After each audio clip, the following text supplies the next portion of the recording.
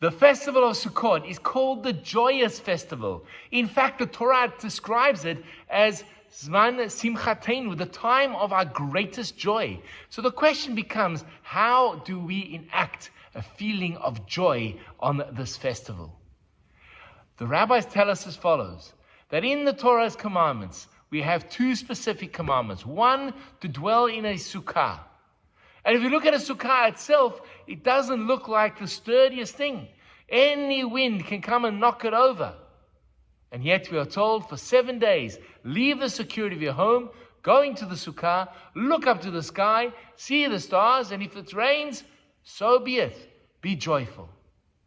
The other one is to take the lulav and the etrog, bring them together and shake them as a sign of great joy in fulfilling God's commandments. And I think here is an important lesson in terms of how we approach our lives and how we should view joy.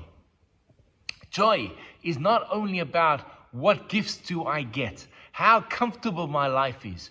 Joy is experienced by being in a space with people that I want to be with. That creates incredible joy. It doesn't matter how flimsy the structure. If I'm surrounded with my family and my dear friends, I'm already in a state of great joy. A second element of joy is by bringing the species all together. There's a unifying aspect of this festival of Sukkot, which is unique to the festival. The Sukkah can encompass everybody. It doesn't matter what your political views are, your particular agendas are, you can all manage to meet inside a sukkah. It embraces, it nurtures, it engulfs every single one of us.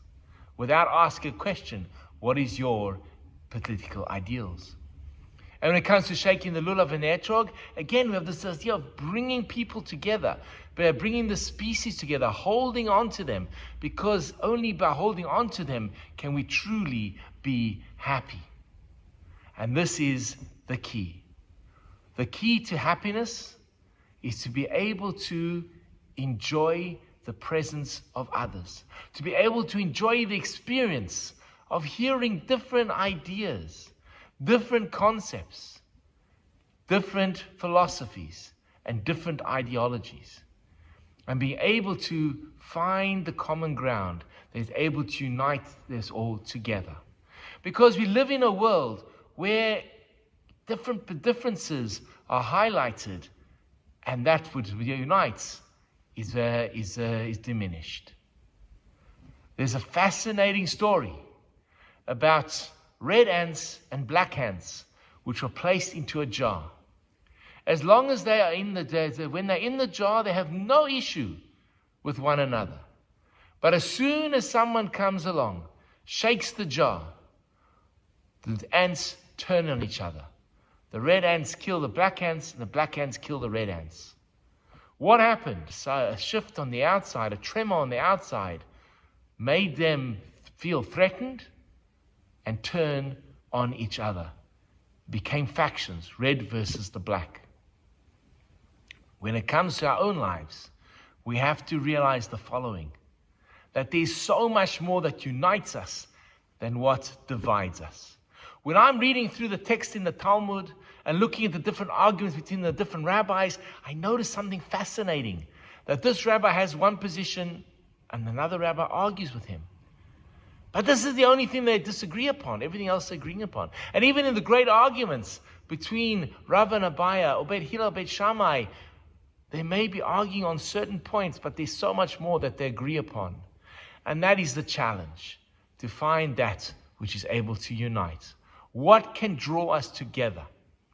What draws the species together to form that lulav etrog experience? What draws us together to sit in our sukkah?